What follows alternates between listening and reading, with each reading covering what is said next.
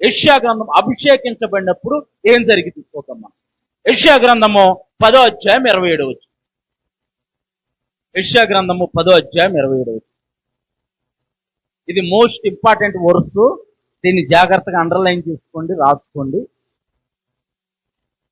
మీరు కూడా యవ్వన పిల్లలు నోట్స్ తెచ్చుకొని చెప్పే వాక్యాన్ని రాసుకోవాలి. రానున్న రోజుల్లో మీరే అనేక మందికి వాక్యం బోధించాలి. ఇప్పుడు రాసుకుంటేనే తర్వాత మీకు ఉపయోగపడింది. ఇప్పుడు సమయాన్ని ఖాళీగా వృధా చేసామనుకో రానున్న రోజుల్లో మళ్ళీ తెచ్చుకోవాలన్నా కష్టమైపోయింది. యెషయా గ్రంథము 10వ అధ్యాయం 27వ వచనం చదువున్నాను, మైక్రో చదువు. ఆ దినమున నీ భుజము మీద నుండి అతని బరువు తీసివేయబడును, నీ మెడ మీద నుంచి అతని కాడి కొట్టివేయబడును. అభిషేకమును బట్టి ఆ కాడి విరగొట్టబడును. దేవుని నామానికి మహిమ కలుగును గాక. దేన్ని బట్టి అంట? అభిషేకాన్ని బట్టి. ఈ బైబిల్ అలా ఉందంటే అభిషేకాన్ని బట్టి. ఈ బైబిల్ ఏమన్నా బలిసినందున ఉంది కదా, బలిసినందున బలిసిన అంటే పాత ఓల్డ్ బైబిల్లో బలిసినందు ఉందన్నమాట. అంటే ఇప్పుడు కొత్తగా ట్రాన్స్లేషన్ మార్చారు. అంతే కరెక్టే, అభిషేకించబడిననే ఉండాలి. అభిషేకించబడిన అంటే అది కొత్త ప్రింట్.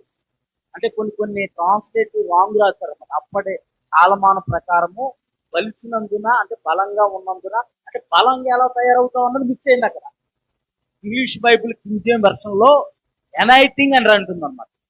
ఎనైటింగ్ అంటే అభిషేకించబడిన. అందుకే నేను స్పష్టంగా రాసుకొని వచ్చాను. ఆ దినమున అతని భుజముల మీద నుండి అతని కాడి మెడ మీద నుండి తీసివేయబడును, అభిషేకము నిమిత్తము ఆ కాడి విరగొట్టబడు.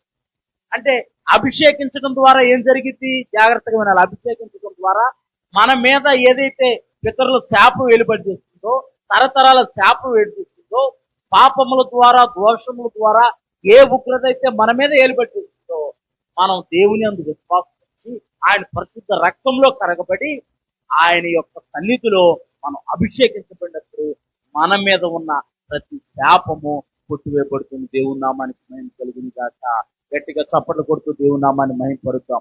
అంటే మనం అభిషేకించబడటం దేవుని చిత్తం.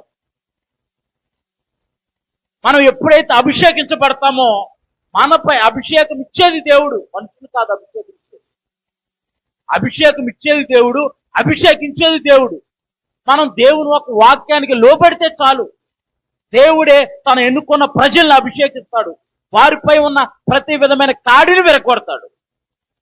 ఇక్కడ అభిషేకం ద్వారా కలిగే విడుదల. అభిషేకం ద్వారా మనము మొట్టమొదటిగా పరిశుద్ధమైన దేవుని మందిరం ఎలా ఉందో చూసాం. ఆ పరిశుద్ధమైన దేవుని మందిరంలో ఏ వస్తువులు ఉన్నాయో చూసాం. పరిశుద్ధ తైలాన్ని ఎలా ఉపయోగిస్తారో, ఎలా తయారు చేస్తారో చూసాం. ఆ పరిశుద్ధ తైలంతో అభిషేకించబడితే ఏం జరిగిందో కూడా మనం చూస్తున్నాం. అదే యెషయా గ్రంథము 10వ అధ్యాయం 27వ వచనం మనం చూద్దాం. నీ భుజముల మీద ఏళ్ల తరబడి నుంచి ఏ కాడైతే ఉందో నువ్వు ఆ కాడిని మోస్తూ కృంగిపోతున్నావేమో, కృషించిపోతున్నావేమో, దేవుడు ఈ యొక్క మధ్యకాల సమయంలో నీ భుజములపై ఉన్న కాడిని ఆయన అభిషేకం ద్వారా విరగొట్టబోతున్నాడు. దేవుని నామానికి మహిమ కలుగును గాక. పరిశుద్ధ గ్రంథమైన బైబిల్లో మనం చూద్దాం. ఈ యొక్క దీపవృక్షానికి జీవవృక్షానికి సాదృశ్యంగా ఉన్న ఈ యొక్క దీపవృక్షానికి 7 కొమ్మలు, 7 శాఖలు ఉన్నాయి. 7 శాఖలు అంటే దేవుని 7 ఆత్మలకు సూచనగా ఉంది, సాదృశ్యముగా ఉన్నది. పరిశుద్ధ గ్రంథమైన బైబిల్లో నుంచి యెషయా గ్రంథము 11వ అధ్యాయము 2వ వచనం. 11వ అధ్యాయం 2వ వచనం. మైక్లో చదవాలి. ఆన్లైన్ చూడాలి కదా, మైక్లో చదివితే వాళ్ళకి. యెహోవా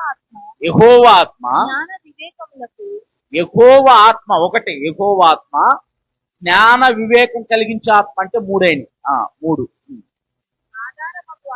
ఆధారముగా ఆత్మ, ఆలోచన 4, ఆలోచన బలమునకు, ఆలోచన బలము 2, ఆలోచన బలము 6 ఆధారముగా ఆత్మ, తెలివిని, యెహోవా ఎడల భయభక్తులను పుట్టించు ఆత్మ. మొత్తం 7 స్పిరిట్స్, 7 అన్నమాట. నేను ఒకసారి చదువుతాను వాటిని. ఒకటి, మొట్టమొదటిది యెహోవా ఆత్మ, అంటే దేవుని పరిశుద్ధాత్మ, దేవుని నామానికి మహిమ కలుగును గాక.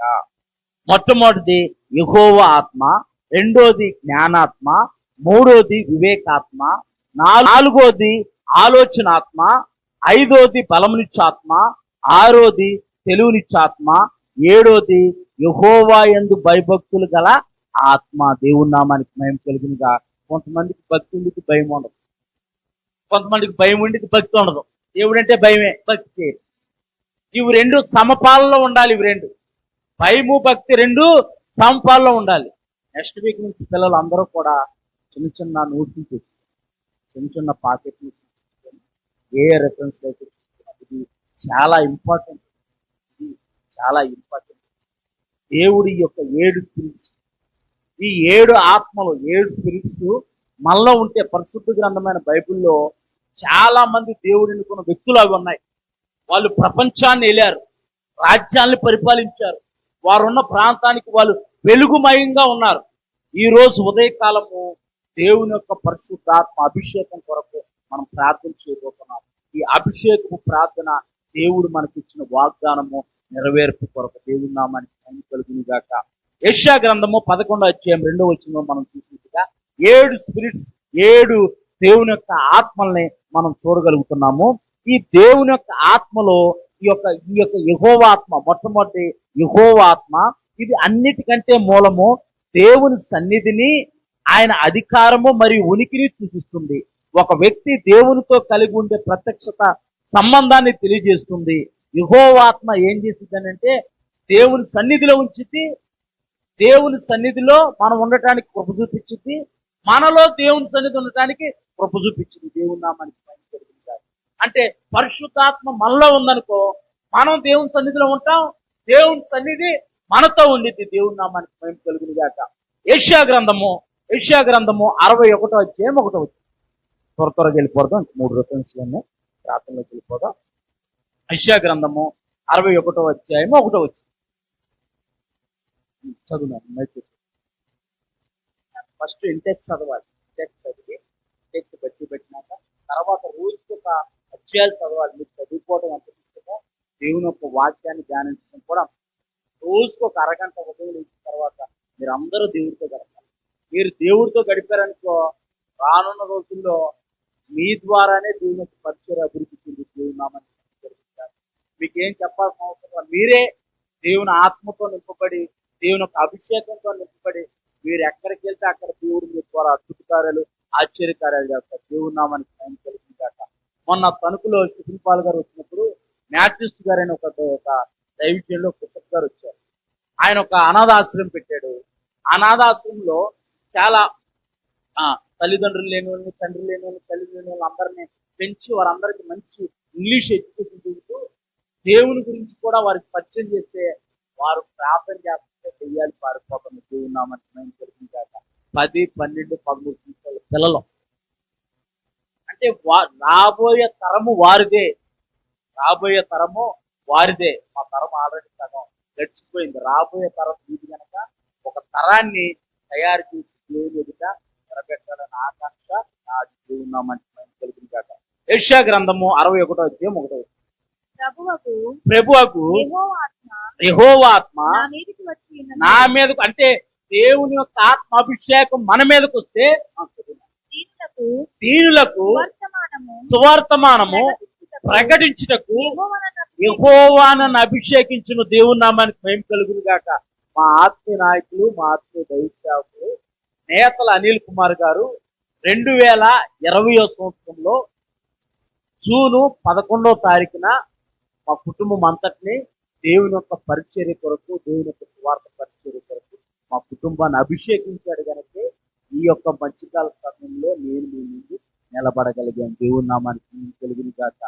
నేను చాలా సంవత్సరాలు ఈ ప్రార్థన చేస్తాను, ప్రభువా మీ దాసుడి ద్వారా మీరు మమ్మల్ని, మా కుటుంబాన్ని అభిషేకించారు, పరిచర్య కొరకు ద్వారాలు తెరవండి, ఎక్కడికి మీరు నడిపిస్తారో అక్కడికి మమ్మల్ని నడిపించండి, ఎక్కడ నిలబెడతారో మీరు అక్కడ నిలబెట్టండి ప్రభా. ఏ ప్రాంతమైనా పర్లేదు, అసలు భాష రాని ప్రాంతమైనా పర్లేదు అన్నారు. ప్రార్థన చేశారు. దేవుని యొక్క కృప, దేవుని యొక్క కనికరం ఈ ప్రాంతంలో దేవుడు మమ్మల్ని నిలబెట్టాడు. దేవుడు నామానికి కలుగును గాక. అంటే అభిషేకం ఏం చేస్తుందనంటే మన జీవితాల్లో కార్యాన్ని చేస్తుంది. ఇప్పుడే ఇన్స్టెంట్ ప్రూఫ్ కాపీ లాగా అభిషేకించబడ్డాం కదా, నా జీవితంలో ఏం జరగట్లేదని నిరుత్సాహం ఉంటుంది. దాని టైం వచ్చినప్పుడు అది మొదలైతే ఎటువంటి అడ్డుకట్లు, ఎటువంటి అడ్డంకులు ఎదురైతున్నా సరే దాని పని అది చేసుకుంటూ వెళ్ళి దేవుడు నామానికి. అప్పుడు నీకే ఆశ్చర్యం వేసింది. అసలు నేను అనుకోలేదు, నేను ఆశ్చర్యపడ్డాను, ఎలాగ అనుకోలేదు, నేను అలాగనుకున్నాను, నా జీవితం అయిపోతేమో అనుకున్నాను అని అనుకుంటావు. కానీ నీ జీవితాన్ని అనేకులకు ఆశీర్వాదకరంగా మారుతాడు. దేవుడు నామానికి మేము కలిగిన కాక. ప్రభువుకు యెహోవా ఆత్మ నా మీదకి వచ్చి ఉన్నది, దీనులకు సువర్తమానం ప్రకటించుటకు యెహోవా నన్ను అభిషేకించును. దేవుని యొక్క అభిషేకం ఏం చేస్తుందనంటే ఇతరులకు దేవుని గురించి చెప్పేది కలగజేస్తుంది. దేవుని నామానికి. అంటే దేవుని మాటలు తెలియజేయాలనే ఆతృత మనలో పుట్టింది. అందుకు దేవుని అభిషేకం కావాలి. ఎందుకు కావాలి దేవుని యొక్క అభిషేకం? ఇతరులకు, నశించిపోతున్న వారికి, బాధలో ఉన్న వారికి, కష్టాల్లో ఉన్న వారికి, ఇబ్బందుల్లో ఉన్న వారికి మీకు అంతగా కావాలంటే ఈ మొదటి వీధి నుంచి చివరి వీధి వరకు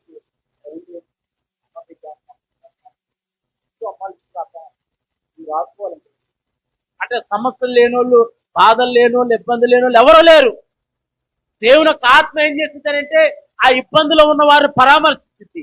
ఆ ఇబ్బందులో ఉన్న వారిని దేవుని యొక్క మాటల చేత వారి హృదయాన్ని కట్టింది, వారిని దేవుని వద్దకు నడిపించింది. దేవుని నామానికి మహిమ కలుగును గాక. చూద్దాం, దావీదుని దేవుడు అభిషేకించాడు. దావీదుని దేవుడు అభిషేకించిన తర్వాత దావీదు జీవితం ఎలా మారిందో చూసి మనం ప్రార్థనలోకి వెళ్దాం. మొదటి సమూయేలు గ్రంథము 16వ అధ్యాయం 13వ.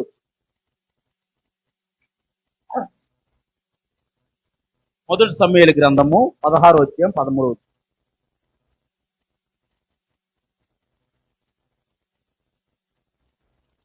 మొదటి సమూయేలు గ్రంథం 16వ అధ్యాయం 13వ అధ్యాయము 13వ.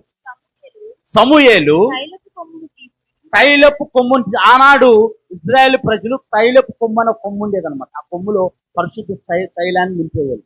ఆ పరిశుద్ధ తైలాన్ని నింపి ఎవరినైతే దేవుడు అభిషేకించమంటున్నాడో ఆ యొక్క ప్రవక్త వెళ్ళి వారిని అభిషేకిస్తూ ఉంటాడు. చదువున్నాను. సమూయేలు తైలపు కొమ్మును తీసి వారి సహోదరు, అంటే దావీదు సహోదరులు ఎదుట వానికి అభిషేకం చేసెను. నాటి నుండి, అంటే అభిషేకించిన నాటి నుండి యెహోవా ఆత్మ దావీదు మీదకి బలముగా దిగొచ్చిందంట. దేవుని నామానికి మహిమ కలుగును గాక. నీకెందుకు అభిషేకం కావాలంటే దేవుని యొక్క ఆత్మశక్తి బలముతో నీవు నింపబడటానికి. దేవుని నామానికి మహిమ కలుగును గాక. దావీదు అభిషేకించబడ్డాడు. అభిషేకించబడిన నాటి నుంచి దావీదు మీదకి దేవుని యొక్క పరిశుద్ధాత్మ శక్తి బలముగా దిగొచ్చిందంట. న్యాయాధిపతి గ్రంథంలో మనం చూస్తే గనక అక్కడ దేవుని యొక్క ఆత్మ సంసోన్ని పురుగొలుపుతుందంట, ప్రేరేపిస్తుందంట.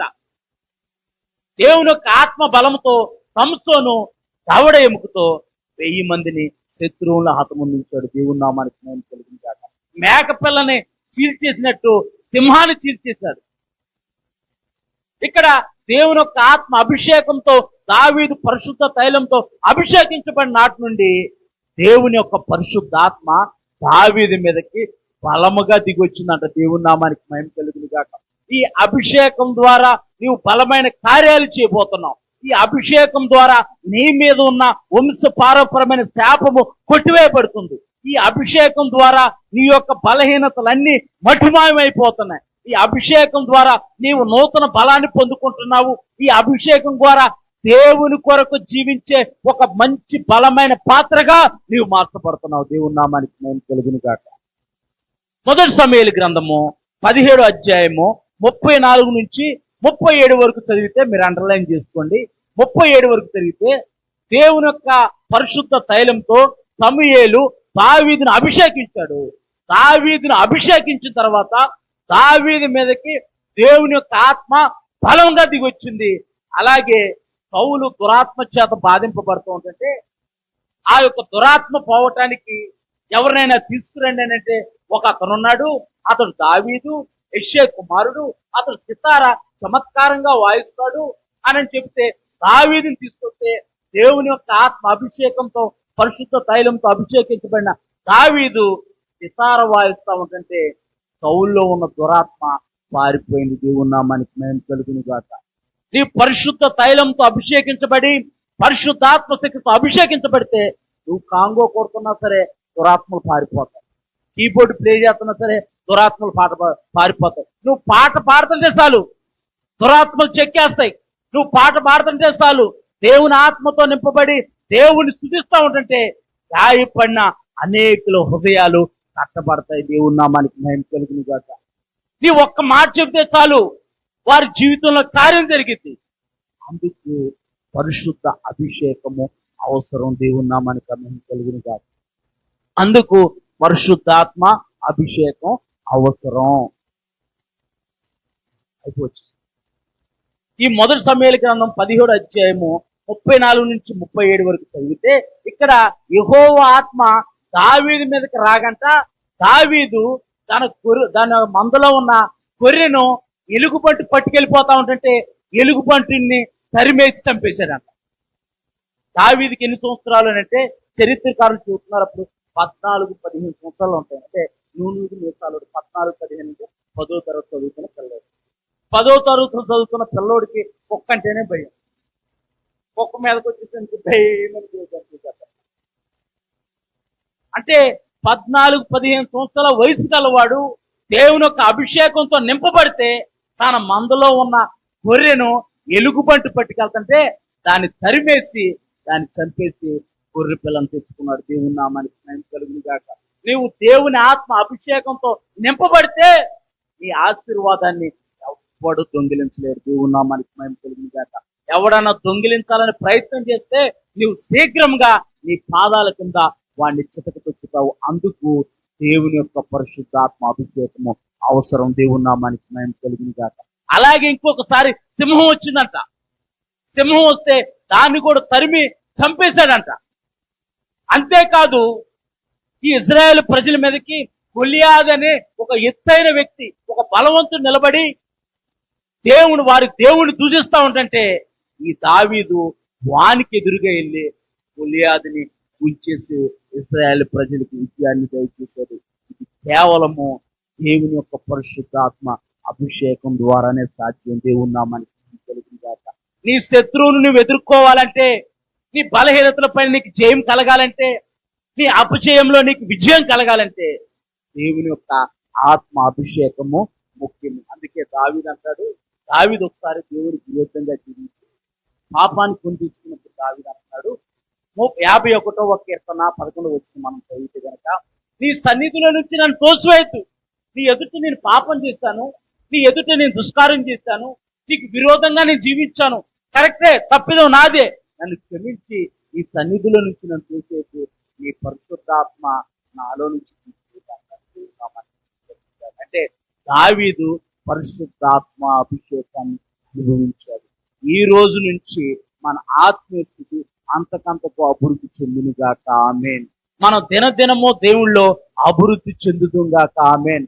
మన దినదినము దేవుని యందు భయభక్తులు కలిగి జీవించుదుముగాక. ఆమేన్. అందుకే దావీదు ఆ పరిశుద్ధాత్మ అభిషేకాన్ని అనుభవించాడు గనక, రుచి చూచాడు గనక, అదే నేను తప్పు చేశాను, నేను నీ ఎదుటి ద్రోహం చేశాను, నీకు నీ ఎదుటి నేను పాపం చేశాను, కానీ ఈ సన్నిధిలో నుండి నన్ను తీసివేయలేదు, ఈ పరిశుద్ధాత్మ నాలో నుండి తీసివేయదు ప్రభువా.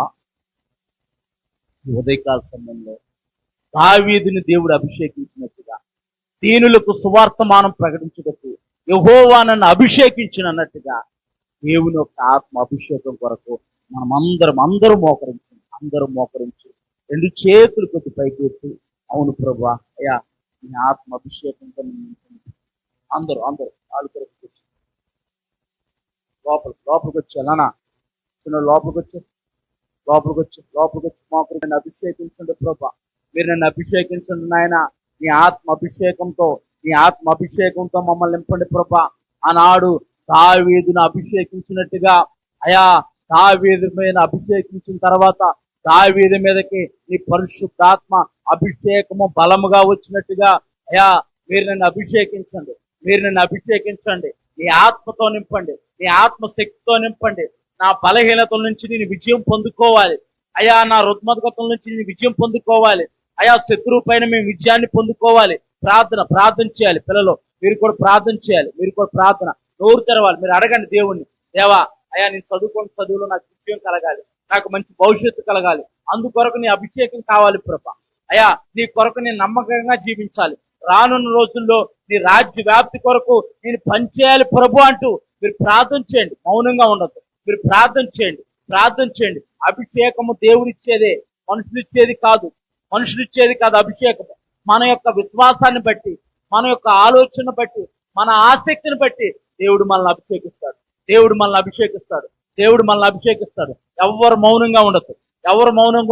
అయ్యా నీ ఆత్మ అభిషేకం నాకు కావాలి ప్రభా, నీ పరిశుద్ధాత్మ అభిషేకం కావాలి. మీరు ఇచ్చిన వాగ్దానము మా జీవితంలో నెరవేర్చడానికి నీ అభిషేకం కావాలి. శత్రువును మా పాదాల కింద శీఘ్రముగా చితకదొక్కుటకు అభిషేకం కావాలి ప్రభా. అయ్యా మా కుటుంబంలో ఉన్న పరిస్థితులు జయించడానికి, మాకున్న అవమానాలను జయించడానికి, మాకున్న వ్యతిరేకమైన పరిస్థితుల్ని జయించడానికి నీ అభిషేకం కావాలి నాయన. వందనాలు యేసయ్యా, నీకు వందనాలు. పరిశుద్ధాత్ముడా నీకు వందనాలు. మహోన్నతుడా నీకు వందనాలు. సర్వశక్తిమంతుడా నీకు వందనాలు.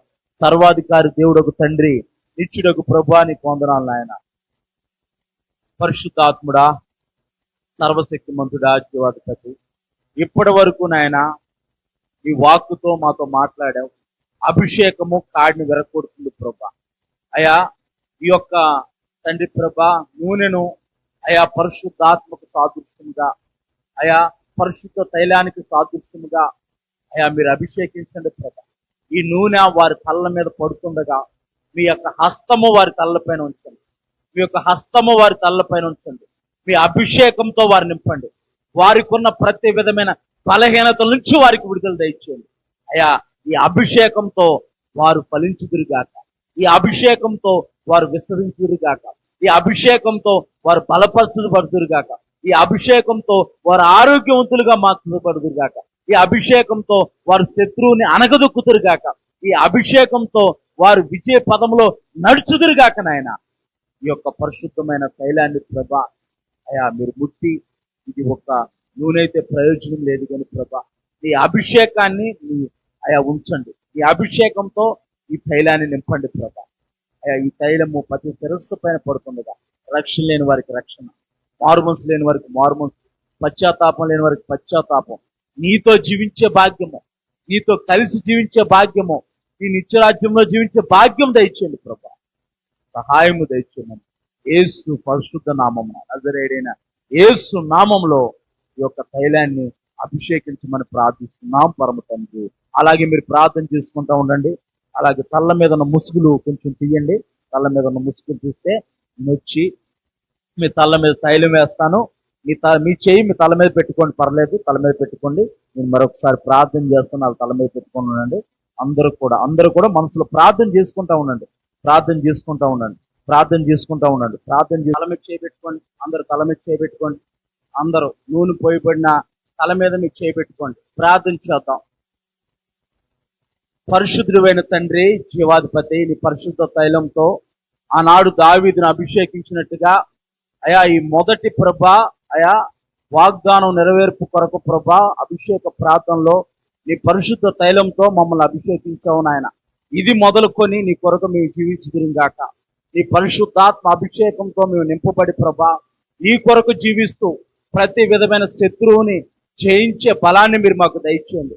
ప్రతి రోగము నుంచి, ప్రతి విధమైన సమస్య నుంచి, ప్రతి విధమైన ఇరుకు నుంచి, ప్రతి విధమైన బలహీనతల నుంచి మేము జయము పొందుకుందుం గాక. ఈ అభిషేకంతో ప్రతి కాడి విరగొట్టబడును గాక. ఈ అభిషేకంతో వంశ పారపర్యంగా ఏలుబడి చేస్తున్న ప్రతి విధమైన శాపము కొట్టివేయబడును గాక. ప్రతి విధమైన బలహీనత తీసివేయబడును గాక. రక్షణ, మారుమనసు, పశ్చాత్తాపము, దేవుని కొరకు జీవించే భాగ్యాన్ని మాకు దయచేయండి. నీ కొరకు జీవించే భాగ్యాన్ని దయచేయండి. అయా నూతనమైన తలాంతులు దయచేయండి. నూతనమైన తండ్రి ప్రభ ఆశీర్వాదాన్ని కుమ్మరించండి. నూతనమైన అభిషేకంతో మమ్మల్ని నింపండి ప్రభా. అయా ఈ అభిషేకము మనుషులిచ్చేది కాదు నాయన, నీవిచ్చేది నాయన. ఈ యొక్క అభిషేక తైలం ప్రభా నీ పరిశుద్ధాత్మకు సాదృశ్యం నాయన. ఆనాడు దావీదుని అభిషేకించిన నాటి నుంచి దావీదు మీదకి అయా పరిశుద్ధాత్మ బలముగా వచ్చినట్టుగా నీ బలమైన ఆత్మ అభిషేకంతో ఇది మొదలుకొని మేము నింపబడుతాం గాక. ఎటువంటి లోకానుసారమైన ఆశలకు మేము లోను కాకుండా ప్రభా అయ్యా నీ పరలోక రాజ్యం కొరకే మేము పాకులాడే కృపను మాకు దయచేసి ప్రభా, ప్రతి ఒక్కరు అయా అభిషేకించబడిన ప్రతి శిరస్సు పైన నీ హస్తాన్నుంచి ప్రభా వారిని మీరు బలపరిచి వారిని అభిషేకించి వారి జీవితాల్లో ఇది మొదలుకొని నూతనమైన కార్యాలు మీరు జరిగిస్తున్నందుకు యేసు పరిశుద్ధ నామమునకే స్తుతి మహిమ చెల్లిస్తున్నాం పరమ తండ్రి. ఆమేన్ ఆమేన్ ఆమేన్. అలాగే ఉందాం. అలాగే నీ నామాన్ని మహిమపరచడానికి నువ్వు ఇచ్చిన గొప్ప భాగ్యాన్ని బట్టి నీకు వందనాలు. పాటల ద్వారా నేను స్తుతించాము, స్తుతి ఆరాధన చేశాము నాయన. అయా నీ వాక్యాన్ని ధ్యానించాము. నీ అభిషేకంతో అయా మొట్టమొదటి అభిషేక ప్రార్థనలో మీరు సన్నిధించి మీరు మమ్మల్ని నడిపించిన విధానాన్ని బట్టి మీకు వందనాలు. అభిషేకించబడిన ప్రతి వ్యక్తి నీ కొరకు నమ్మకంగా జీవించుదురు కాక, అయా నీలో బలపరచబడుదురు కాక, ఈ అభిషేకంతో వారు నింపబడి గొప్ప కార్యాలు చేసుదురు కాక. ఆనాడు దావీదు ద్వారా గొప్ప కార్యాలు చేసినట్టుగా, దావీదు ద్వారా రాజ్యాల్ని జయించినట్టుగా, దావీదు దేవుడే జీవం గల దేవుడని లోకమంతా తెలుసుకున్నట్లుగా, అయా దావీదు ప్రభ నీ హృదయానుసారుడిగా జీవించాడు ప్రభ. అట్టి రీతిగా మేము జీవించదు కాక. అయా దావీదు నా ఉద్దేశాలన్నీ నెరవేర్చేవాడు అన్నావు నాయన. నీ ఉద్దేశాలు మా ద్వారా నెరవేర్చబడును గాక. అయా ప్రతి విధమైన శత్రువుని మేము అనగదొక్కుదుము గాక నాయన. అట్టి భాగ్యాన్ని ప్రతి ఒక్కరికి మీరు దయచేయండి. ప్రతి ఒక్కరిని, ప్రతి కుటుంబాన్ని మీరు బలపరచండి. ప్రతి ఒక్కరిని మీరు ఈ కృపలో వర్ధిలింపజేసిన ఆయన నీ దీవెనలో నీ ఆశీర్వాదాలతో ప్రతి కుటుంబాన్ని నింపండి ప్రభు. అయా రాలేని వారిని కూడా జ్ఞాపకం చేసుకోండి. అయా కుటుంబాలుగా నీ సన్నిధిలో రావడానికి మీరు కృప చూపించండి. అనేకులను ఆకర్షించండి. అనేకుల్ని మీరు బలపరచండి. అనేకుల యొక్క జీవితాలను మీరు వెలిగించండి నాయన. మీకు వందనాలు. ఈ మొదటి అభిషేకం ప్రార్థన మీ నామానికి భయంకరంగా మీరు జరిగించినందుకు మీకు వందనాలు. అలాగే అయా మీ బిడ్డలో ప్రభా వారి యొక్క స్వయం సంపాదన నుంచి కానుకలు తెచ్చారు ప్రభా. విత్తిన ప్రతి కుటుంబాన్ని ప్రభా మీరు ఆస్వాదించండి. ప్రతి కుటుంబాన్ని బలపరచండి. ప్రతి హస్తాన్ని మీరు బలపరచండి. వారు నూరొంతులుగా ఫలించుదురుగాక ప్రభా. ప్రతి భాగ్యాన్ని ప్రతి ఒక్కరికి మీరు దయచేసి ప్రభా. అయా ఈ రోజు జరిగిన ఆరాధన బట్టి, అభిషేక ప్రార్థన బట్టి, బలారాధన కార్యక్రమాన్ని బట్టి సమస్తమైన మహిమ ఘనత ప్రభావం నీకే ఆరోపిస్తూ నజరేయుడైన యేసు పరిశుద్ధ నామంలో ప్రార్థించి అడిగి వేడుకుంటున్నాం పరమ తండ్రి. ఆమేన్. ఇప్పుడు సర్వ సృష్టికర్త అయిన దేవుని ప్రేమ, ఆయన ప్రియకుమారుడైన యేసుక్రీస్తు వారి కృప, పరిశుద్ధాత్మ సహవాసము సన్నిధి మనకును లోకంలో ఉన్న పరిశుద్ధులందరికీ ఆయన రాకడ పర్యంతరము తోడై ఉండి నడిపించును గాక. ఆమేన్.